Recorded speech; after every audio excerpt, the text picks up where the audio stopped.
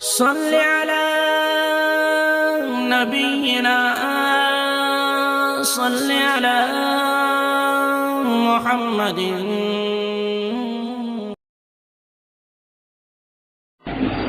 ياسين والقرآن الحكيم إنك لمن المرسلين على صراط مستقيم تنزيل العزيز الرحيم.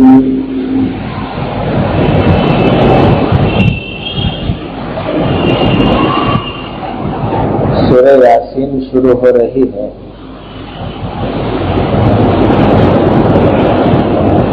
اس کی وجہ یہ ہے کہ ایک حدیث میں یہ مضمون آیا ہے، غالباً حضرت ابو ہریرہ رضی اللہ تعالی عنہ کی روایت ہے. نبی کریم صلی اللہ علیہ وسلم نے ارشاد فرمایا، اللہ سبحانہ و تعالی نے زمین اور آسمان کو پیدا کرنے کے 2000 سال پہلے فرشتوں کے سامنے سورہ یاسین اللہ نے پڑھی. یعنی ابھی تو زمین بھی پیدا نہیں ہوئی تھی، آسمان بھی پیدا نہیں ہوئے تھے، اس سے بھی 2000 سال پہلے اللہ نے فرشتوں کے سامنے سورہ طٰہٰ اور سورہ یاسین کی تلاوت فرمائی. یہ دو سورتیں اللہ نے ملائکہ کو سنائی.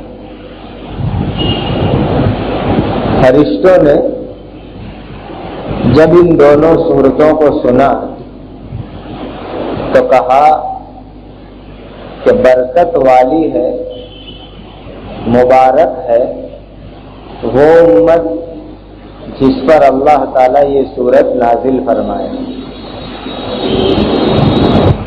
برکت والی ہے وہ زبان جو ان دونوں سورتوں کو پڑھے، اور برکت والے ہیں وہ سینے جو ان صورتوں کو اپنے دل کے اندر محفوظ کر لے رہے ہیں.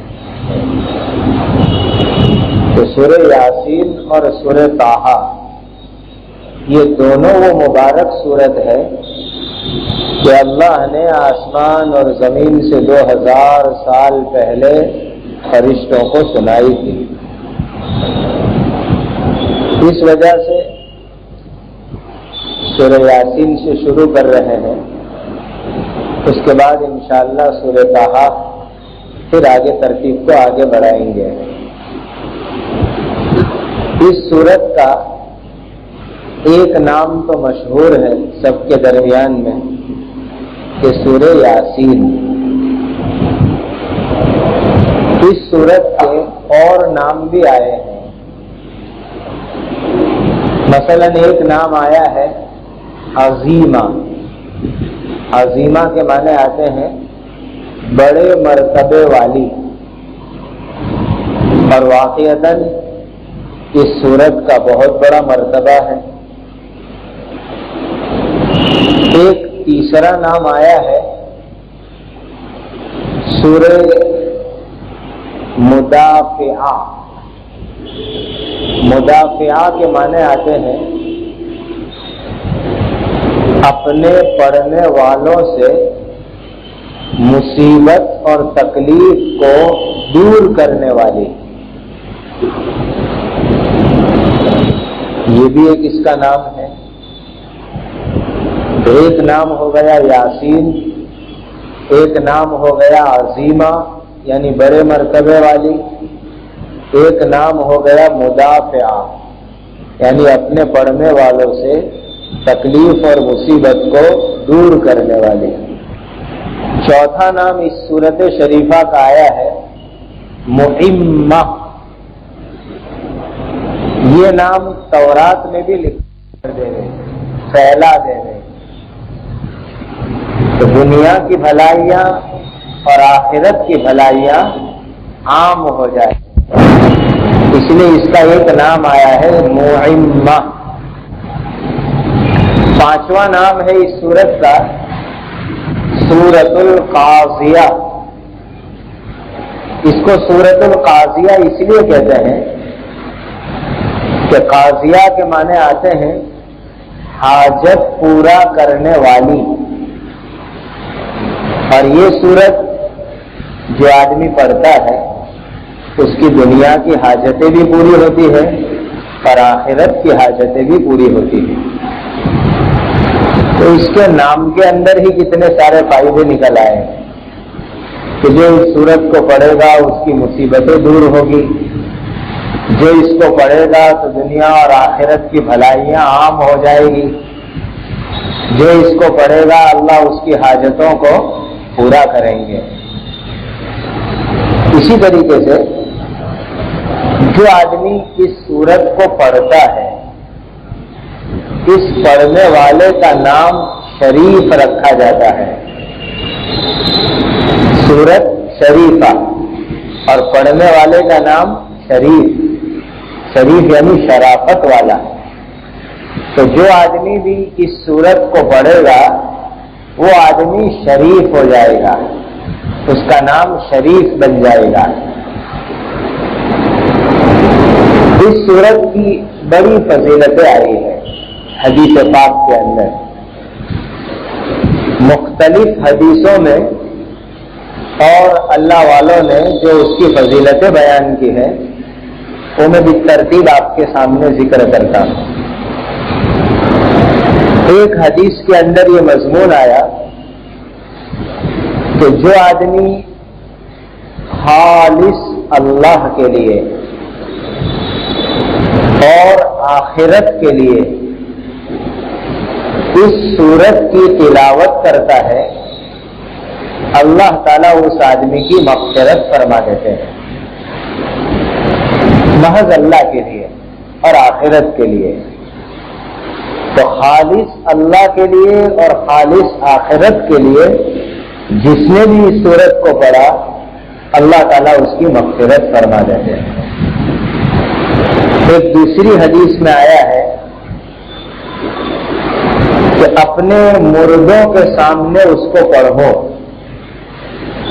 خاص کر کے جس آدمی کی آخری حالت چل رہی ہو اور کبھی کبھی موت کی سکرات کی تکلیف آدمی کو پریشان کرتی ہے۔ اسی لیے حدیث میں ہم کو ایک دعا بتائی گئی، اللہم انی اعوذ بک من سکرات الموت، اے اللہ تو موت کے وقت جو سکرات کی تکلیف ہوتی ہے اس سے ہم کو پناہ عطا فرما۔ اس وقت بڑی بے چینی کی حالت ہوتی ہے، اس لیے ہمیں اللہ سے دعا کرنی چاہیے کہ اللہ موت کی سکرات کی تکلیف سے ہماری حفاظت فرمائے۔ تو جو آدمی مر رہا ہو، موت اس کی قریب ہو اور سکرات چلتی ہو، تو اس کے سامنے اگر بیٹھ کر کے یاسین شریف پڑھی جائے تو اس کی روح آسانی سے نکل جاتی ہے۔ اس لیے یہ کام ہم کو کرنا چاہیے کہ دیکھیں کہ کوئی بیچارہ بڑا پریشان ہے، اس کی روح نکلنے میں تکلیف ہو رہی ہے، تو کسی کو کہو کہ وہاں بیٹھ کر کے یاسین شریف پڑھ لے تو انشاءاللہ آسانی کے ساتھ اس کی روح نکل جائے گی۔ ایک روایت میں آتا ہے کہ تم سورہ یاسین کو اپنی حاجتوں کے آگے کرو۔ حاجتوں سے آگے کرنے کا مطلب یہ ہے کہ کوئی بھی حاجت ہو، کوئی بھی ضرورت ہو تو پہلے سورہ یاسین کو پڑھ لو، اللہ تعالیٰ سورہ یاسین کی برکت سے ہماری حاجتوں کو پورا کر دیں گے۔ اس لیے ہم نے اپنے بزرگوں کو دیکھا کہ جب کوئی خاص حالات ہوتے ہیں تو یاسین شریف کا ختم کرتے ہیں اور دعا کرتے ہیں اللہ تعالیٰ حاجت کو پورا فرما دیتے ہیں۔ ہمارے یہاں گھروں کے اندر بھی مختلف حاجتیں پیش آتی رہتی ہے، تو ایسے موقع پر گھر کے مرد اور عورت جمع ہو کر کے یاسین شریف کی تلاوت کر لے اور گھر میں بیٹھ کر کے دعا کر لے تو انشاءاللہ اللہ تعالیٰ گھریلو حاجات کو بھی پورا کر دیں گے۔ تو جو بھی حاجت انسان کی ہو، پہلے سورہ یاسین کو آدمی پڑھ لے گا تو انشاءاللہ اللہ تعالیٰ حاجتوں کو یاسین کی برکت سے پورا فرما دیں گے۔ ایک حدیث میں آیا ہے کہ جو آدمی صبح کے اندر سورہ یاسین پڑھے گا تو شام تک بہت خوش رہے گا، اور شام کو پڑھ لیا تو صبح تک خوشحال رہے گا۔ کتنی اچھی فضیلت ہے۔ آج کل ہر ایک آدمی ٹینشنوں کے اندر، غموں کے اندر، الجھنوں کے اندر پریشان رہتا ہے، تو ایسے حالات میں تو یہ فضیلت بڑی مجرد ہے کہ صبح کے اندر پڑھ لو تو انشاءاللہ شام تک خوش رہو گے، اور شام کو پڑھ لو تو صبح تک خوش رہو گے۔ بڑی فضیلت ہے، اس لیے صبح بھی پڑھ لینا چاہیے اور شام کو بھی سورہ یاسین پڑھ لینا چاہیے۔ بعض روایات میں آیا ہے کہ سورہ یاسین کے پڑھنے سے اللہ تعالی 10 مرتبہ قرآن پڑھنے کا ثواب عطا فرماتے ہیں۔ تو 10 مرتبہ پورا قرآن پڑھنے کا جتنا ثواب ہے، اتنا ثواب اللہ تعالی صرف سورہ یاسین کی برکت سے عطا فرما دیتے ہیں۔ بعض روایات میں آیا ہے، حضرت ابوبکر صدیق رضی اللہ تعالیٰ عنہ کی روایت میں، کہ جو آدمی سورہ یاسین پڑھتا ہے تو اللہ اس کو 20 حج کا ثواب عطا فرماتے ہیں۔ 20 مرتبہ حج کرنے کا ثواب سورہ یاسین کی تلاوت کی برکت سے، اور 1000 دینار اللہ کے راستے میں صدقہ کرنے کا ثواب ملتا ہے جو آدمی سورہ یاسین کو خالی سن لے، خالی سن لے تو سننے کے اوپر 1000 دینار، دینار سونے کا سکہ ہوتا ہے، تو 1000 دینار اللہ کے راستے میں خرچ کرنے کا ثواب صرف سننے کے اوپر اللہ تعالیٰ عطا فرماتے ہیں۔ ایک روایت میں آیا ہے کہ جو آدمی رات کو اس کو پڑھ لے تو صبح تک میں اللہ تعالیٰ اس کی مغفرت فرما دیتے ہیں، اس کی بخشش ہو جاتی ہے۔ غرض یہ کہ یہ سورہ یاسین کو پڑھنا بہت مجرب ہے، بہت فائدے ہیں اس کے اندر۔ اور وہ جو بیچ میں بات آئی بعض بزرگوں کا قول کہ جو آدمی صبح پڑھ لے شام تک خوش رہتا ہے، شام کو پڑھ لے صبح تک خوش رہتا ہے، اس لیے اپنا معمول بنا لو کہ روزانہ صبح کے اندر اٹھ کر کے سورہ یاسین کم سے کم پڑھ لو، اس کا معمول بنا لو۔ اس کے بڑے فائدے ہیں، بڑی برکتیں ہیں اس کی۔ آپ ایک مرتبہ شروع کرو اور پابندی کر کے دیکھو کہ ہمارے کاروبار میں، ہماری زندگی میں، ہمارے گھروں میں اور ہمارے معاشرے میں کتنی برکت آتی ہے اور کتنی رحمت اترتی ہے۔ اس لیے اس کا معمول بنا کر کے تجربہ کر لو، انشاءاللہ بہت فائدہ رہے گا، بڑا فائدہ رہے گا۔ بلکہ میں تو آپ سے یہ کہتا ہوں کہ اگر روزانہ ہو سکے تو بہت اچھی بات، اور روزانہ نہ ہو سکے تو کم سے کم جمعرات یا جمعہ کے دن سورہ یاسین پڑھ کر کے اپنے مرحوم ابا جان، مرحوم اماں جان، ان کو ایصال ثواب کر دینا چاہیے۔ روز صبح میں کر لو تو بڑی اچھی بات، اور ہفتے میں ایک مرتبہ کر لو تو بھی کم سے کم اتنا کرنا چاہیے کہ اپنے مرحوم والدین کا ہمارے اوپر حق ہے، انہوں نے بڑی محنت سے ہم کو بڑا کیا، ہماری بڑی خدمت کی ہے، تو کم سے کم ایک مرتبہ یاسین شریف پڑھ کر کے ہم ان کے لیے ایصال ثواب کر دیں گے۔ تو اللہ تعالیٰ ہم سب کو سورہ یاسین کی تلاوت کا معمول بنانے کی توفیق عطا فرمائے۔ ایک حدیث میں یہ بھی آیا ہے کہ امت کے اندر کوئی مسلمان ایسا نہیں ہونا چاہیے کہ اس کے دل کے اندر سورہ یاسین نہ ہوئے۔ کوئی مسلمان ایسا نہ رہے کہ اس کے دل کے اندر سورہ یاسین نہ رہے۔ اس لیے یہ کوشش بھی کرنی چاہیے کہ سورہ یاسین کو ہم زبانی یاد کر لیں گے۔ پہلے زمانے میں ایسا ہوتا تھا کہ سورہ یاسین مکتب کے اندر زبانی یاد کروائی جاتی تھی۔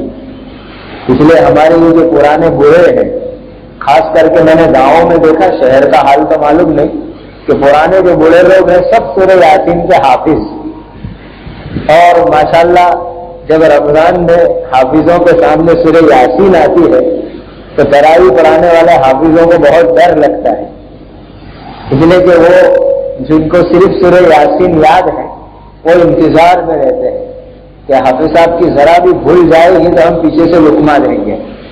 لقمہ دینے کا بھی ایک مستقل شوق ہوتا ہے۔ اب ذرا بھی حافظ صاحب نے سانس بدلنے کے لیے بھی تھوڑی دیر کے لیے رکے تو وہ پیچھے سے زور سے لقمہ دیتے ہیں جن کو یاسین یاد ہوتی۔ بہرحال میں تو یہ آپ سے عرض کرنا چاہتا ہوں کہ پرانے زمانے کے اندر بوڑھے لوگ ایک معمول تھا کہ اپنے بچوں کو سورہ یاسین یاد کرواتے تھے زبانی، اور 83 آیتیں ہیں، 80 اور 3 83 آیت ہے، اور 83 آیت کو یاد کرنا کوئی مشکل کام نہیں ہے۔ روزانہ خالی ایک آیت یاد کرو، صرف ایک آیت، تو بھی انشاءاللہ 3 مہینے پورے ہونے سے پہلے سورہ یاسین کے حافظ بن جاؤ گے۔ ایک آیت صرف روزانہ یاد کرنے کی، تو انشاءاللہ جلدی سے حافظ قرآن بن جاؤ گے۔ میں اس کی مثال یوں دیا کرتا ہوں کہ بھائی آج کل ورلڈ کپ چل رہا ہے، دنیا کی 8-10 ٹیمیں اس کے اندر کھیل رہی ہیں، ایک ایک ٹیم کے 11 کھلاڑی ہوتے ہیں، تو 11 8 88، تو 88 کھلاڑیوں کے نام یاد رہ جاتے کہ نہیں رہ جاتے؟ کہ بھائی انگلینڈ کی ٹیم میں فلاں ہے، انڈیا کی ٹیم میں فلاں ہے۔ تو جب وہ گندے کرکٹروں کے نام آسانی سے یاد رہ جاتے ہیں تو 83 آیتوں کو یاد کرنا کوئی مشکل کام نہیں ہے۔ ہمت کر لو، نیت کر لو اور محنت شروع کر دو۔ صرف ایک آیت تو یاد کرنی ہے، زیادہ تو یاد کرنا نہیں ہے۔ روزانہ ایک آیت یاد کرو تو انشاءاللہ 3 مہینے پورے ہونے سے پہلے سورہ یاسین کے حافظ بن جائیں گے۔ کوشش کرو گے کہ نہیں کرو گے؟ ہمت کر لو، بہت آسان ہے، کوئی مشکل کام نہیں ہے۔ اب یہاں سورت شروع ہو رہی ہے تو اوپر لکھا ہوا ہے سورت یاسین مکیۃ۔ یہ ہر سورت کے شروع میں لکھا رہتا ہے کہ اس سورت کا نام کیا اور یہ سورت مکی ہے کہ مدنی ہے، یہ بھی ذرا سا سمجھ لو۔ قرآن کریم جیسا کہ آپ کو پچھلی مجلسوں میں بتایا گیا تھا کہ 23 برس کے اندر نازل ہوا۔ اب 23 برس کے اندر 13 برس کا زمانہ تو وہ ہے مکہ مکرمہ کا کہ حضور مکہ مکرمہ میں تھے۔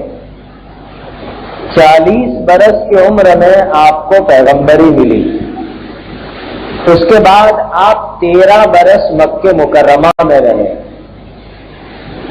پھر آپ ہجرت کر کے مدینہ منورہ تشریف لے گئے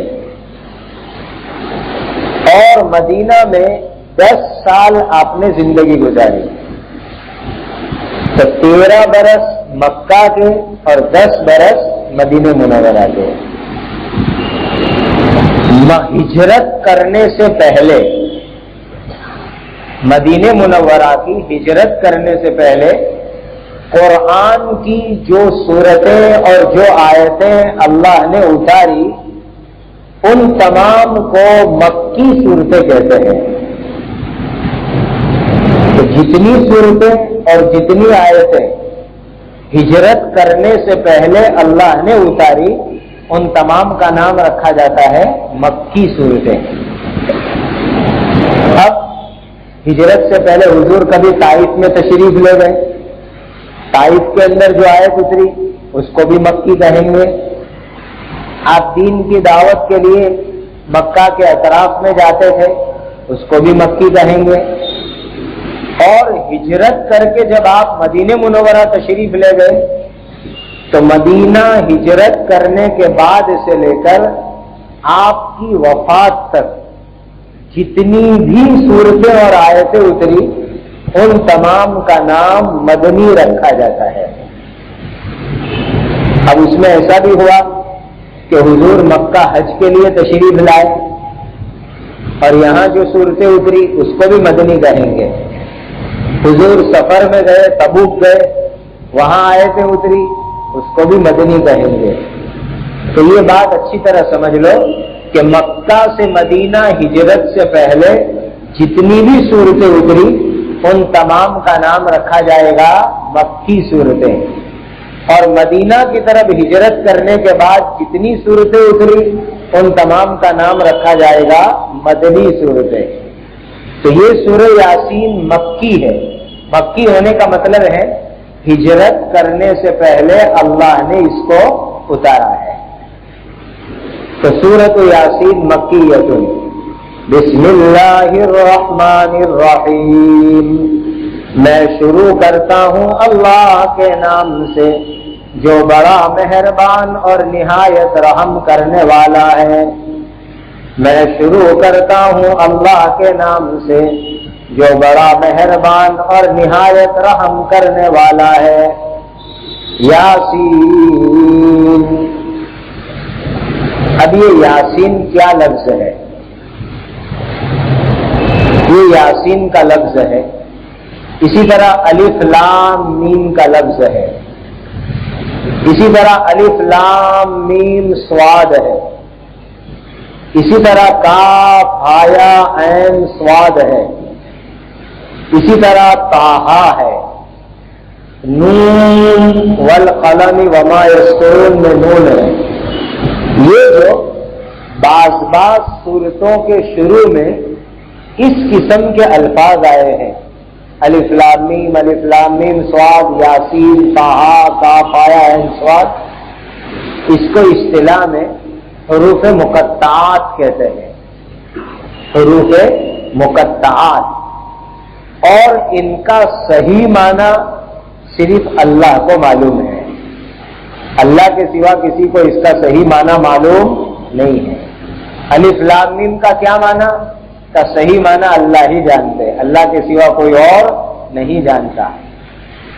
کاف ہایا عین صاد کا اس کا صحیح معنی اللہ ہی جانتے، اللہ کے سوا کوئی اس کا معنی جانتا نہیں ہے۔ طٰہٰ کا اس کا صحیح معنی اللہ ہی جانتے ہیں، اللہ کے سوا کوئی اس کا معنی جانتا نہیں ہے۔ کہتے ہیں کہ یہ جو ہے نا الف لام میم صاد، یاسین، طٰہٰ، کاف ہایا عین صاد، یہ اللہ اور اس کے نبی کے درمیان میں راز اور بھید کی بات ہے۔ اللہ اور اس کے نبی کے درمیان سیکرٹ کوڈ ہے، ہم کو کسی کو اس کا معنی نہیں بتایا گیا۔ جیسے دنیا کے اندر ہم دیکھتے ہیں کہ جہاں ناپاک محبت ہوتی ہے تو وہاں کچھ سیکرٹ کوڈ ہوتے ہیں، کوئی اس کو سمجھ نہیں سکتا، وہ دونوں ہی سمجھتے ہیں کہ کوڈ میں کیا بات ہو گئی۔ تو یہ تو پاکیزہ محبت ہے اللہ اور اس کے نبی کی۔ تو اللہ اور اس کے نبی کی جو پاکیزہ محبت ہے تو اس پاکیزہ محبت کے اندر یہ سیکرٹ کوڈ ہے، راز ہے، بھید ہے، اس کا معنی کسی کو معلوم نہیں، بس اللہ سمجھتے ہیں، اللہ کے نبی سمجھتے ہیں۔ اور ہم اس کو پڑھیں گے تو ہم کو اس کا ثواب ملے گا، اس کے اوپر اجر ملے گا۔ اب دیکھیے الف لام میم، اس میں ایک تحقیق کے مطابق 9 حروف ہے، الف 3 ہو گئے، الف لام فا، الف لام اور میم، اس میں 9 حروف ہے، ہر حرف پر اللہ 100 نیکی عطا فرماتے ہیں۔ جو آدمی نماز میں قرآن کو کھڑے ہو کر کے پڑھتا ہے، اللہ ہر حرف پر 100 نیکی عطا فرماتے ہیں۔ تو خالی الف لام میم کسی نے نماز میں کھڑے ہو کر کے پڑھا تو 900 نیکی اللہ تعالیٰ اس کو عطا فرمائیں گے۔ تو یاسین یہ بھی حروف مقطعات میں سے ہیں، اور اللہ تعالیٰ اور اس کے نبی کے درمیان بھید ہے، اس کا صحیح معنی کسی کو معلوم نہیں ہے، اور ہم پڑھیں گے اس پر اللہ تعالیٰ اجر اور ثواب عطا فرمائیں گے، نیکی عطا فرمائیں گے۔ اب یہ جتنے بھی حروف مقطعات ہیں اس کی آپ نے دیکھا ہوگا کہ ایک انگوٹھی بنائی جاتی ہے، بعض لوگ ہاتھ میں انگوٹھی پہنتے ہیں، بھائی کیسی انگوٹھی ہے؟ تو کہا تعویذ والی انگوٹھی ہے۔ اب اس میں لکھا کیا ہوتا ہے؟ یہ حروف مقطعات لکھے ہوتے ہیں، الف لام میم صاد کاف یا عین صاد یاسین طٰہٰ، یہ سب اس میں لکھا ہوا ہوتا ہے۔ تو اس کا مسئلہ بھی اچھی طرح سمجھ لو کہ جو لوگ اس طرح کی انگوٹھیاں پہنتے ہیں جس میں یہ حروف مقطعات لکھے ہوتے ہیں تو بڑی بے ادبی کا خطرہ ہے، بڑی بے ادبی، اس لیے کہ ایسی انگوٹھی پہن کر کے آدمی بیت الخلا میں چلا جائے، پیشاب کرنے کے لیے چلا جائے، آدمی کا سطر کھلا ہوا ہو تو قرآن کے حروف کی بے ادبی ہوتی ہے۔ اس لیے جس انگوٹھی کے اندر یہ حروف مقطعات لکھے ہوئے ہوتے ہیں ایسی انگوٹھی پہننے سے اپنے آپ کو بچانا چاہیے، یہی احتیاط ہے، اور اسی میں احتیاط کا تقاضا ہے۔ اس قسم کی انگوٹھیاں پہننے سے اپنے آپ کو بچانا چاہیے، کیونکہ ادب تو ہوتا نہیں ہے۔ ایسی انگوٹھی کو لے کر کے آدمی کہیں چلا گیا، کہیں جو ہے سو گیا، اور پھر اس کی بے ادبی ہوتی ہے اللہ کے کلام کی، اور بے ادبی بہت خطرناک چیز ہے۔ اس لیے ایسے حروف والی انگوٹھیاں پہننے سے بچنا چاہیے۔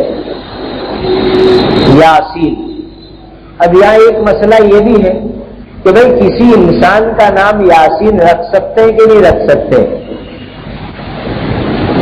تو اس سلسلے میں حضرت امام مالک رحمۃ اللہ علیہ کو کسی نے مسئلہ پوچھا کہ حضرت کسی کا نام یاسین رکھ سکتے ہیں؟ تو آپ نے فرمایا کہ نہیں، یاسین نام رکھنا مناسب نہیں ہے۔ وجہ اس کی یہ ہے کہ یاسین کے متعلق ایک روایت یہ آئی ہے کہ یہ اللہ سبحانہ و تعالی کا نام ہے۔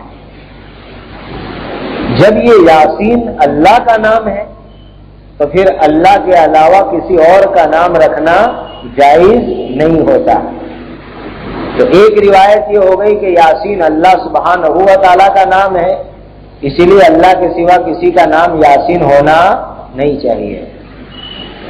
ایک روایت میں یہ آیا ہے کہ یاسین جو ہے یہ نبی کریم صلی اللہ علیہ وسلم کا مبارک نام ہے، حضور کا مبارک نام یاسین ہے۔ علامہ اقبال کے ایک شعر کے اندر بھی انہوں نے حضور کا نام یاسین ہونا استعمال کیا ہے، بہت اچھا شعر ہے حضور کی محبت میں، اس میں انہوں نے حضور کا نام یاسین استعمال کیا ہے۔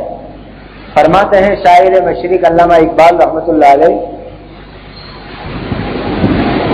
وہ فخر رسول مولائے کل ختم الرسل جس نے، وہ فخر رسول مولائے کل ختم الرسل جس نے، غبار راہ کو بخشا فروغ وادی سینا، نگاہیں عشق مستی میں وہی اول وہی آخر، نگاہیں عشق مستی میں وہی اول وہی آخر، وہی قرآن وہی فرقان وہی یاسین وہی طٰہٰ۔ علامہ اقبال فرماتے ہیں کہ وہ فخر رسول کہ حضور کے سارے نبی ان پر فخر کرتے ہیں، مولائے کل ختم الرسل سارے نبیوں کو ختم کرنے والے، وہ فخر رسول مولائے کل ختم الرسل جس نے غبار راہ کو بخشا فروغ وادی سینا، راستے کی مٹی کو وادی سینا کی بلندی پر پہنچا دیا، یعنی صحابہ کرام جو پہلے ایک دم جاہل تھے اور ایک دم گئے گزرے تھے، لیکن ہمارے حضور کی صحبت کی برکت سے اللہ نے ان کو اتنا اونچا مقام دیا، اتنا اونچا مقام دیا کہ پوری دنیا کے اندر وہ ہیرو بن گئے۔ تو اسی کو شاعر مشرق فرماتے ہیں کہ غبار راہ کو بخشا جس نے فروغ وادی سینا، نگاہ عشق و مستی میں وہی اول وہی آخر، حضور سب سے پہلے ہے، اس لیے کہ ہے نا بعض روایت میں کہ کنت نبیہ وآدم بین الماء والطین، اللہ نے مجھے اس وقت پیغمبر بنا دیا تھا کہ ابھی تو آدم علیہ السلام کا پتلا بھی نہیں بنایا گیا تھا، تو سب سے پہلے بھی ہمارے حضور اور سب سے آخر کے اندر بھی ہمارے حضور، نگاہیں عشق و مستی میں وہی اول وہی آخر، وہی قرآن وہی فرقان وہی یاسین وہی طٰہٰ۔ تو اس شعر کے اندر علامہ اقبال نے حضور کا نام یاسین ذکر کیا ہے، تو اس سے معلوم ہوا کہ نبی کریم صلی اللہ علیہ وسلم کا مبارک نام ہے یاسین۔ اور بعض حضرات کہتے ہیں کہ یاسین یہ عربی زبان کا لفظ نہیں ہے، حبشی زبان کا لفظ ہے، اور اس کا معنی ہوتا ہے اے انسان، یا عربی میں کسی کو پکارنے کے لیے استعمال ہوتا ہے، جیسے ہم کہتے ہیں یا اللہ یعنی اے اللہ، یا یوسف اے یوسف، تو یا عربی زبان میں کسی کو پکارنے کے لیے استعمال ہوتا ہے۔ تو یاسین یعنی اے انسان، اور انسان سے مراد سب سے افضل انسان، اور سب سے افضل انسان یعنی حضرت محمد رسول اللہ صلی اللہ علیہ وسلم۔ تو اس لیے بعض علماء فرماتے ہیں کہ کسی انسان کا نام یاسین نہیں رکھنا چاہیے، کیونکہ یہ اللہ کا نام ہو سکتا ہے، حضور کا نام ہو سکتا ہے، اس لیے نہیں رکھنا چاہیے۔ لیکن ایک مسئلہ اور سمجھ لو، دیکھو لکھنے کا بھی بڑا فرق ہوتا ہے۔ ایک یاسین لکھنے کا یہ طریقہ ہے جو سورہ یاسین کے شروع میں ہے کہ بھئی یوں کر کے یا لکھی ہوئی ہے، پھر اس کے ساتھ سین جوڑی ہوئی ہے۔ آپ دیکھ سکتے ہیں یاسین شریف میں کہ یاسین کیسے لکھا ہوا ہے۔ اس طریقے سے تو کسی کا نام نہیں رکھ سکتے، لیکن یاسین لکھنے کا ایک اور طریقہ ہے، اور وہ طریقہ کیا ہے کہ یا لکھنے کے بعد الف لکھو، یا پھر سین الگ سے لکھو، پھر سین کے بعد یا لکھو، اور یا کے بعد نون لکھو۔ یہ الف سین یا اور نون، یا سین، یہ الف جبر یا، سین یہ زیر سی، نون جبر ن، یا سین۔ ایک لکھنے کا طریقہ یہ بھی ہے، اگر اس طریقے سے لکھے یاسین تو پھر انسان کا نام یاسین رکھ سکتے ہیں۔ وہ مسئلہ دھیان سے سمجھ لینا کہ یہاں جس طریقے سے یاسین لکھا ہے سورہ یاسین کے شروع میں، اس طریقے سے کسی کا نام یاسین نہیں رکھ سکتے، لیکن وہ جو میں نے آپ کو طریقہ بتایا یاسین، اس طریقے سے کسی انسان کا نام یاسین رکھنا ہو تو رکھ سکتے ہیں۔ اس لیے کہ قرآن میں ایک دوسری جگہ ایک نبی کا نام آیا ہے، نبی کے خاندان کا تذکرہ کرتے ہوئے، ایک فضیلت والے خاندان کا تذکرہ کرتے ہوئے، سلام علی آل یاسین، سلام علی آل یاسین۔ یہ قرات سبا میں سے ایک قرات میں سلام علی الیاسین کی ایک قرات ہے سلام علی آل یاسین۔ اس لیے یاسین نام رکھنا اس طریقے سے جائز ہے، اور یہاں جس طریقے سے لکھا ہے اس طریقے سے ناجائز ہے۔ یہ مسئلہ اس لیے بتا دیا کہ سورت شہر کے ایک بڑے مولانا کا نام یاسین ہے، آپ جا کر کے صبح میں ان کو پریشان کر دو کہ رات کو مسئلہ آیا اور آپ کا نام یاسین ہے اور وہ آ کے میری گردن پکڑے، اس لیے میں نے مسئلے کی وضاحت کر دی کہ یہاں جس طریقے سے یاسین لکھا ہوا ہے اس طریقے سے نام نہیں رکھ سکتے، باقی جو میں نے طریقہ بدلایا اس طریقے سے یاسین نام رکھنا جائز ہے۔ آپ بھی اپنے بچوں کا نام یاسین رکھ سکتے ہیں، بلکہ اس زمانے میں جہاں لوگ فلمی ہیرو اور کرکٹروں کے نام سے نام رکھتے ہیں، ایسے اچھے اچھے پاکیزہ نام رکھو، گندے نام سے اپنے آپ کو بچاؤ۔ بسم اللہ الرحمن الرحیم، یاسین والقرآن الحکیم، قسم ہے قرآن کی جو کہ پکا ہے، قسم ہے قرآن کی جو کہ بڑا پکا ہے، والقرآن الحکیم، اللہ نے یہاں قرآن کریم کی قسم کھائی، والقرآن الحکیم، ایسا قرآن جو ایک دم پکا ہے۔ یہ جو قرآن کریم ہے اس میں جتنے بھی مضامین بیان کیے گئے، جتنی بھی باتیں بتلائی گئی، وہ سب پکی باتیں ہیں، کسی بھی بات کے اندر ایک رائی کے دانے کے برابر بھی کمزوری نہیں ہے، ایک دم پکی بات۔ کہا نے کسی کہنے والے نے کہے قول محمد قول خدا صلی اللہ علیہ وسلم، کہے قول محمد قول خدا، فرمان نہ بدلا جائے گا، بدلے گا زمانہ لاکھ لیکن قرآن نہ بدلا جائے گا۔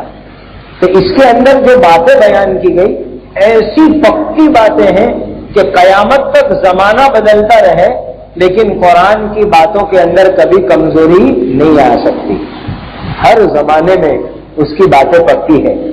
سائنس آگے بڑھے، ٹیکنالوجی آگے بڑھے، انسان چاند پر اور منگل پر چلا جائے، لیکن قرآن کی بات کے اندر کوئی تبدیلی آنے والی نہیں ہے، ایک دم پکی اس کی باتیں۔ تو اللہ نے یہاں قرآن کریم کی قسم کھائی، والقرآن الحکیم، قسم ہے قرآن کی جو ایک دم پکا ہے۔ اب یہاں ایک مسئلہ میں آپ کو بتاؤں قسم کے متعلق، وہ بھی سمجھ لو۔ پہلی بات تو یہ ہے کہ قسم کھانے سے اپنے آپ کو بچانا چاہیے۔ قسم کھانا یہ اچھی عادت نہیں ہے، بلکہ چھوٹی چھوٹی باتوں کے اندر قسم کھانا یہ شیطان کی عادت بتلائی گئی ہے۔ بہت سو کا مزاج ہوتا ہے چھوٹی چھوٹی باتوں میں قسم سے قسم سے قسم سے، یہ شیطان کی عادت ہے، ایسا نہیں ہونا چاہیے۔ ایک بزرگ کے کشف کا واقعہ میں بتلاؤں۔ ایک بزرگ نے دیکھا کہ شیطان جنگل میں کھیل رہا تھا، ہاتھ میں مٹی لے کر کے جیسے بچے کھیلتے ہیں۔ تو انہوں نے پوچھا کہ ارے تو انسانوں کو گمراہ کرنے کا کام کرتا ہے، تجھے کہاں کھیلنے کا ٹائم مل گیا ہے؟ تو شیطان نے جواب کے اندر یوں کہا کہ اب میرے بہت سارے دنیا میں چمچے ہیں جو میرا کام سنبھال لیتے ہیں اور مجھے گمراہ کرنے کے لیے ٹائم کم دینا پڑتا ہے۔ میرے بہت سے ایجنٹ لوگ ہیں جو میری جگہ پر کام کر لیتے ہیں اور مجھے جو ہے کھیلنے کا ٹائم مل جاتا ہے۔ کہا اچھا، اگر تیرے جیسا بننا ہوئے کسی کو تو کیسے بنے؟ تو اس موقع پر شیطان نے کچھ باتیں بتائی تھی۔ اس میں ایک بات یہ بھی کہی تھی کہ میرے جیسا بننا ہوئے تو قسمیں کھایا کرو، جھوٹی سچی، ضرورت پر بغیر ضرورت کے بات بات میں قسمیں کھایا کرو تو میرے جیسے بن جاؤ گے۔ اس سے معلوم ہوا کہ بغیر ضرورت اور بغیر موقع کے قسم کھانا یہ شیطان کا کام ہے، اس لیے قسم کھانی نہیں چاہیے۔ ہاں کوئی ایمرجنسی حالات ہو، بہت بڑی ضرورت پڑے تو آدمی کو قسم کھانی چاہیے، باقی چھوٹی چھوٹی معمولی باتوں میں چلتے پھرتے قسم کھانی نہیں چاہیے۔ قسم سے اپنے آپ کو بچانا چاہیے۔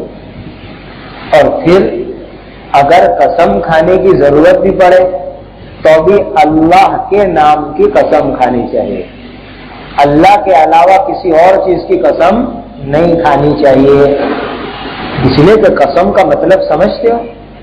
قسم کا مطلب یہ ہوتا ہے کہ ہم جس کی قسم کھا رہے ہیں اس کی عظمت، اس کی بڑائی ہمارے دل کے اندر ہے کہ میں قسم کھاتا ہوں اللہ کی، گویا کہ اللہ کی بڑائی اور اللہ کی عظمت ہمارے دلوں کے اندر ہے۔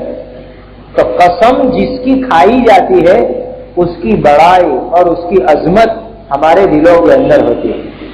اسی لیے ضرورت کے موقع پر جب آدمی قسم کھائے تو صرف اللہ کے نام کی قسم کھانی چاہیے، اللہ کے علاوہ کسی اور کی قسم نہیں کھانی چاہیے۔ جیسے بہت سو کی عادت ہوتی ہے کہ میرے بیٹے کی قسم، یہ تو ناجائز ہے، میری بیوی کی قسم، یہ ناجائز کام ہے، اور میرے شوہر کی قسم، بہت سی عورتیں قسم کھاتی، یہ ناجائز ہے۔ بہت سے لوگ قسم کھاتے میری بیوی کی قسم، وہ بھی ناجائز ہے۔ تو اس قسم کی قسم کھانا، بیٹے کی، شوہر کی، بیوی کی، میرے باپ کی، میری ماں کی، یہ سب ناجائز قسم ہے۔ اور کوئی آدمی قرآن کی قسم کھائے کہ میں قرآن کی قسم کھا کے کہتا ہوں، تو کھانی تو نہیں چاہیے قرآن کی قسم، لیکن اگر کسی نے قرآن کی قسم کھا لی تو قسم ہو جائے گی، اور پھر اگر اس قسم کی خلاف ورزی کی تو کفارہ دینا پڑے گا، گناہ ہوگا۔ جیسے آپ نے قسم کھا لی کہ میں قرآن کی قسم کھا کے کہتا ہوں میں فلم نہیں دیکھوں گا، اور پھر فلم دیکھنے بیٹھ گیا، تو اب اس کو قسم کا کفارہ دینا پڑے گا۔ 10 فقیروں کو کھانا کھلاؤ یا 10 فقیروں کو کپڑے پہناؤ، کفارہ دینا پڑے گا۔ تو قرآن کی قسم کھانی نہیں چاہیے، لیکن کھا لی تو قسم ہو جائے گی، اور پھر اس کی خلاف ورزی نہیں کرنی چاہیے۔ اب سوال یہ ہے کہ بھائی اللہ تعالیٰ نے کیوں قرآن کی قسم کھائی؟ ہم کو تو کہا کہ قرآن کی قسم مت کھاؤ، اور اللہ کھا رہے والقرآن الحکیم، قرآن کی قسم کھائے۔ بلکہ اللہ تعالیٰ نے تو قرآن میں قلم کی قسم بھی کھائی ہے، نون والقلم وما یسطرون، قسم ہے قلم کی، اللہ نے پین کی قسم بھی کھائی۔ بلکہ ایک جگہ پر اللہ تعالیٰ نے زمانے کی قسم کھائی، والعصر ان الانسان لفی خسر، قسم ہے زمانے کی، انسان بڑے نقصان میں ہے۔ تو بھائی دیکھو، جیسا میں نے آپ سے کہا ہے کہ ہم قسم کھاتے ہیں تو اس کا مطلب کیا ہوتا ہے کہ جس کی قسم کھائی ہم اس کی بڑائی سمجھ کر کے قسم کھا رہے ہیں، اور اللہ تعالیٰ تو سب سے بڑے ہیں، سب سے اوپر ہیں، لہذا جو سب سے اوپر اور سب سے بڑے ہیں وہ اپنے سے نیچی چیز کی قسم کھا سکتے ہیں، اس کے لیے کھانا ہے۔ اللہ قسم کھا سکتے ہیں اپنے سے نیچی چیز کی، تو قرآن، قلم، زمانہ، یہ سب جو ہے ایسی چیزیں ہیں کہ اللہ تعالیٰ نے اس کی قسم کھائی۔ اللہ کے لیے کھانا جائز، ہمارے لیے جو ہے قرآن کی قسم کھانا جائز نہیں، لیکن کھاؤ گے تو پھر پورا بھی کرنا پڑے گا۔ تو والقرآن الحکیم انک لمن المرسلین، بے شک آپ رسولوں میں سے ہیں، بے شک آپ اللہ کے رسولوں میں سے ہیں، انک لمن المرسلین، بے شک آپ اللہ کے رسولوں میں سے ہیں۔ یہ اللہ نے ہمارے حضور حضرت محمد الرسول اللہ صلی اللہ علیہ وسلم کو فرمایا کہ یقیناً آپ ہمارے رسول ہیں، ہمارے پیغمبر ہیں۔ تو قسم کھا کر کے اللہ نے یہ بات فرما دی کہ آپ ہمارے رسولوں میں سے ہیں، آپ ہمارے پیغمبروں میں سے ہیں۔ دراصل مکہ کے کافروں نے ہمارے حضور کے اوپر تہمت ڈالی تھی، الزام لگایا تھا، اور یوں کہا کہ لست مرسلا، اے محمد آپ رسول نہیں ہیں۔ یہ مکہ کے کافر کہا کرتے تھے۔ یہ قرآن یہ تو شاعری ہے، نعوذ باللہ، آپ تو جادوگر ہیں۔ ایسی ایسی گندی گندی باتیں مکہ کے کافر ہمارے حضور کو کہا کرتے تھے کہ آپ پیغمبر نہیں ہیں، آپ شاعر ہیں، قرآن شاعری ہے، آپ جادوگر ہیں، قرآن جادو کا کلام ہے۔ ایسی ایسی گندی گندی باتیں مکہ کے کافر ہمارے حضور کو کہا کرتے تھے. اس پر اللہ نے فرمایا انک لمن المرسلین، اے محمد صلی اللہ علیہ وسلم آپ ہمارے سچے رسول ہیں، سچے پیغمبر ہیں، اور کافر کی بات جھوٹی ہے، یہ مکہ والوں کی باتیں جھوٹی ہیں، آپ بالکل سچے رسول اور سچے پیغمبر ہیں. دیکھیے پورے قرآن کے اندر قسم کھا کر کے صرف ہمارے حضور کو اللہ نے رسول اور پیغمبر ہونا بیان فرمایا ہے. حالانکہ اللہ کے بہت سارے نبی ہیں، 1.25 لاکھ یا اس سے زیادہ یا اس سے کم اللہ کے نبی ہیں، لیکن پورے قرآن میں کسی پیغمبر کے لیے اللہ نے قسم کھا کر کے نہیں فرمایا کہ تم ہمارے پیغمبر ہو. صرف ہمارے حضور کی خصوصیت ہے، امتیازی شان ہے، کتنا اونچا مقام ہمارے حضور کا کہ اللہ قسم کھا کر کے فرما رہے ہیں کہ آپ ہمارے پیغمبر ہیں، آپ ہمارے رسول ہیں. یہ سارے رسولوں کی جماعت میں ہمارے حضور کی امتیازی شان ہے، امتیازی مقام ہے کہ اللہ نے آپ کے پیغمبر ہونے کو قسم کھا کر کے بیان کیا. علی صراط مستقیم، سیدھی راہ پر ہے، سیدھی راہ پر ہے. علی صراط مستقیم، آپ سیدھی راہ پر ہیں کہ محمد صلی اللہ علیہ وسلم آپ رسول ہیں اور آپ بالکل سیدھے راستے کے اوپر ہیں. لہذا جب آپ سیدھے راستے پر، تو جو آپ کی پیروی کرے گا وہ بھی سیدھے راستے کے اوپر، جو آپ کی سنت پر چلے گا وہ بھی سیدھے راستے پر، جو آپ کے نقش قدم پر چلے گا وہ بھی سیدھے راستے پر. ایسا سیدھا راستہ جو سیدھا جنت تک لے جانے والا ہے. علی صراط مستقیم، معلوم ہوا کہ پیغمبر کے راستے پر چلنے والا وہ سیدھے راستے پر، اور ایسے سیدھے راستے پر جو اس کو سیدھا جنت کے اندر پہنچا دے گے. علی صراط مستقیم. تنزیل العزیز الرحیم، اتارا گیا ہے زبردست مہربان کی طرف سے. قرآن اتارا گیا ہے زبردست مہربان کی طرف سے. کہ یہ قرآن کس نے اتارا؟ تو کہا ایک زبردست مہربان خدا نے آپ کے اوپر اتارا ہے. یہ اللہ کی مہربانی ہے کہ اس نے ہم جیسے ناقدرے اور گندے ان انسانوں کی ہدایت کے واسطے قرآن جیسی دولت نازل فرمائے. باقی ہم کہاں اس لائق تھے، ہم کہاں اس قابل تھے کہ اللہ اتنا عظیم قرآن، اتنا برکتی قرآن ہم جیسے بندوں کے لیے اتارے. یہ تو اللہ کی مہربانی ہوئی کہ اس نے اپنے فضل سے، اپنے کرم سے، اپنی مہربانی سے اتنا بڑا قرآن، اتنی برکتوں والا قرآن ہمارے لیے اتار دیا ہے. اور یہ قرآن اللہ زبردست نے اتارا ہے. کہتے ہیں کہ سب سے پہلے یہ قرآن لوح محفوظ میں تھا. لوح محفوظ یہ ایک جگہ کا نام ہے جو 7 آسمان کے بھی اوپر ہے. وہاں انسانوں کی تقدیر لکھی جاتی ہے. وہاں پہلے قرآن تھا، وہاں سے اس کو اتارا گیا پہلے آسمان کے اوپر جو ہم کو نظر آتا ہے. وہاں یہ قرآن اتارا گیا ایک مرتبہ پورا، اور پھر وہاں سے 22 سال اور 6 مہینے کی مدت میں تھوڑا تھوڑا تھوڑا کر کے جبرائیل امین ہمارے حضور کے پاس دنیا میں قرآن لاتے رہے. تو پہلے لوح محفوظ میں تھا، وہاں سے پہلے آسمان پر آیا اور وہاں سے دنیا کے اندر آیا. تو اللہ تعالیٰ نے اس قرآن کو اپنی مہربانی سے اس دنیا والوں کے لیے زمین پر نازل فرمایا.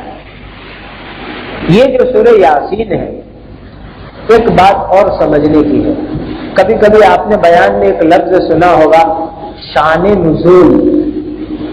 شان نزول کیا چیز ہے اس کو بھی سمجھ لو.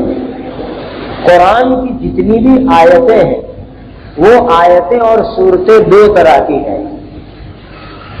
بعض آیتیں اور بعض صورتیں وہ ہیں جو اللہ تعالی نے خود بخود زمین کے اوپر اتار دی کہ چلو یہ صورت اتار دو، یہ آیت اتار دو، تو اللہ نے بذات خود قرآن کی بہت ساری صورتیں اور بہت ساری آیتیں زمین والوں کے لیے اتار دی۔ ایک تو وہ آیتیں ہیں جو اللہ نے خود اتاری، بعض آیتیں اور بعض صورتیں وہ ہیں جو کسی کے سوال کے جواب میں اللہ نے اتاری۔ کوئی آدمی آیا اور حضور سے سوال کیا، یستفتونک فی النساء، کہ لوگ عورتوں کے بارے میں آپ سے سوال کرتے ہیں، تو ایسے قرآن میں بہت سارے سوالات ہیں۔ تو اس زمانے میں صحابہ حضور سے سوال کرتے تھے، تو جو سوال حضور سے کیا گیا ہے اس سوال کے جواب میں اللہ نے قرآن کی آیتیں اتاری۔ جیسے پہلے آپ کو ایک مثال دی تھی، وَيَسْأَلُونَكَ عَنِ الرُّوحِ، کہ مکہ کے کافروں نے آپ سے روح کے متعلق سوال کیا تھا کہ یہ روح کیا چیز ہوتی ہے۔ تو قرآن کی بعض آیتیں اور بعض صورتیں وہ ہیں جو کسی کے سوال کے جواب میں اللہ نے زمین پر اتارے، سوال کے جواب میں۔ اور کبھی کیا ہوا کہ کوئی واقعہ ہو گیا، کوئی قصہ ہو گیا، اس قصے کے متعلق اللہ نے قرآن کی آیت اتار دی۔ جیسے ایک عورت آئی حضور کے پاس اور آ کر کے حضور پاک صلی اللہ علیہ وسلم کے پاس اللہ تعالیٰ نے قرآن میں آیت اتار دی، قد سمع اللہ قول التي تجادلك في زوجها وتشتكي الى الله والله يسمع تحاوركما۔ تو کوئی واقعہ ہو گیا، کوئی قصہ ہو گیا، اس پر اللہ نے قرآن کی کوئی صورت اتار دی۔ تو جس واقعے کی وجہ سے، جس قصے کی وجہ سے اللہ تعالیٰ کوئی صورت اتار دے اس کو کہتے ہیں شان نزول۔ نزول کے معنی اترنا، شان کے معنی شان، کہ اس صورت کے اترنے کی شان کیا بنی، کیا واقعہ تھا کہ جس کی وجہ سے اللہ تعالیٰ نے اس صورت کو اتارا۔ تو یہ شان نزول بھی بڑی اہم چیز ہوتی ہے۔ تو یہاں بھی ایک واقعہ ہے کہ اللہ تعالیٰ نے سورہ یاسین کو کیوں اتارا، وہ کون سا قصہ ہو گیا کہ جس قصے کے اوپر اللہ تعالیٰ نے سورہ یاسین کو اتارا۔ وہ قصہ یہ ہے کہ نبی کریم صلی اللہ علیہ وسلم کعبہ شریف کے سامنے بیٹھ کر کے قرآن پڑھا کرتے تھے، کبھی نماز میں، کبھی نماز کے بغیر قرآن پڑھتے تھے۔ اور مکہ کے قریشی جو کافر تھے وہ بھی وہاں ہوتے تھے، اور وہ سب عربی تھے، عربی ان کی زبان تھی، تو وہ قرآن کو سمجھتے تھے۔ اب تو حضور زور زور سے قرآن پڑھتے تو اس کی وجہ سے مشرکین کو، قریشیوں کو تکلیف ہوتی تھی، اس لیے کہ قرآن میں کہیں ان کے بتوں کی برائی آ رہی ہے کہ بت پرستی غلط کام ہے، بتوں کے لیے کچھ بری باتیں آ رہی، اس کی وجہ سے مشرکین کو بڑی تکلیف ہوتی تھی۔ تو ایک مرتبہ حضور زور زور سے قرآن پڑھ رہے تھے، قریشیوں نے یہ سوچا کہ ہم حضور پر نعوذ باللہ ہاتھ چلائے یعنی نعوذ باللہ حضور کی گردن دبا دے یا حضور کی پٹائی کرے۔ اس قسم کی بری نیت سے قریشیوں نے حضور پر ہاتھ اٹھایا۔ جیسے ہی بری نیت سے انہوں نے حضور پر ہاتھ اٹھایا تو ان کے ہاتھ یوں ہو گئے، یوں مارنے گئے تو قدرتی سب کے ہاتھ یوں ہو گئے، یعنی گردن میں بندھ گئے، ایک دم گردن میں لٹک گئے، حضور کو مار نہیں سکے۔ یہ اللہ تعالیٰ کی طرف سے حفاظت کا انتظام تھا کہ اللہ نے حضور کی حفاظت فرما لی، اور جیسے وہ قریشی مارنے گئے سب کے ہاتھ یوں بند گئے گردن کے اندر، اور سب کی آنکھیں اندھی ہو گئی، کچھ نظر نہیں آتا، کچھ سمجھ میں نہیں آتا۔ تو گئے تھے حضور کو مارنے کے واسطے، لیکن اللہ تعالیٰ نے کیسی سزا دی کہ سب کے ہاتھ یوں ہو گئے، قدرتی نکلتے ہی نہیں، چھوٹتے ہی نہیں، اور آنکھیں اندھی ہو گئی کہ کچھ نظر نہیں آتا اور کوئی بات سمجھ میں نہیں آتی۔ تو جلدی جلدی آپ صلی اللہ علیہ وسلم کی خدمت میں آئے اور آ کر کے انہوں نے اپنی زبان سے واسطہ دیا، اے محمد صلی اللہ علیہ وسلم اللہ کا واسطہ دیتے ہیں، اپنے خاندان کا واسطہ دیتے ہیں، کیونکہ سارے قریشی حضور کے خاندان والے تھے، سارے قریشیوں کے ساتھ حضور کا خاندانی رشتہ تھا، تو انہوں نے بھی واسطہ دیا کہ ہم اللہ کے نام کا واسطہ دیتے ہیں، خاندان کا واسطہ دیتے ہیں کہ آپ کا خاندان ایک ہے، ہمارا خاندان ایک ہے، پھر ہم کو یہ تکلیف ہو گئی ہے، ذرا آپ اللہ سے دعا کر کے یہ تکلیف کو دور کروا دیجیے۔ جب انہوں نے بہت معافی مانگی اور خاندان کا واسطہ دیا، اللہ کے نام کا واسطہ دیا، تو نبی کریم صلی اللہ علیہ وسلم نے اللہ کی بارگاہ میں دعا کی، اے اللہ ان کو جو تکلیف ہے وہ تکلیف دور ہو جائے، یعنی اسی کو رحمت للعالمین کہتے ہیں، اسی کو رحمت للعالمین کہتے ہیں۔ باقی رحمت للعالمین بولنا بہت آسان ہے اور رحمت للعالمین بننا بہت مشکل ہے، کہ جو مارنے آئے تھے اور جن کو قدرتی سزا ہو گئی ان کے لیے دعا کر رہے ہیں۔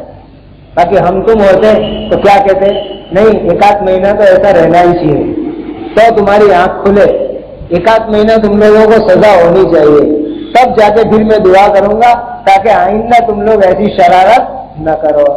لیکن انہوں نے آ کر کے معافی مانگی تو فوراً حضور نے دعا کر دی اور اللہ تعالیٰ نے ان کی اس تکلیف کو دور فرما دیا۔ اس قصے کے اوپر کہ قریش حضور کو مارنے آئے تھے اور ان کے ہاتھ بند گئے، پھر حضور کی دعا کے اوپر ان کے ہاتھ کھل گئے، آنکھوں کی روشنی لوٹ آئی، اس پر اللہ تعالیٰ نے یہ سورت شریفہ نازل فرمائی۔ کہاں تک نازل فرمائی؟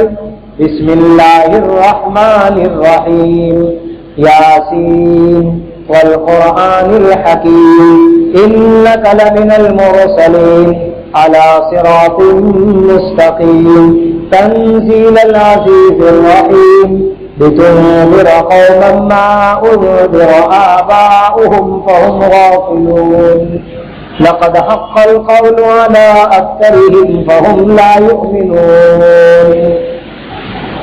اللہ تعالیٰ نے اس صورت شریفہ کو قریش مکہ کے اس واقعے کے اوپر نازل فرمایا۔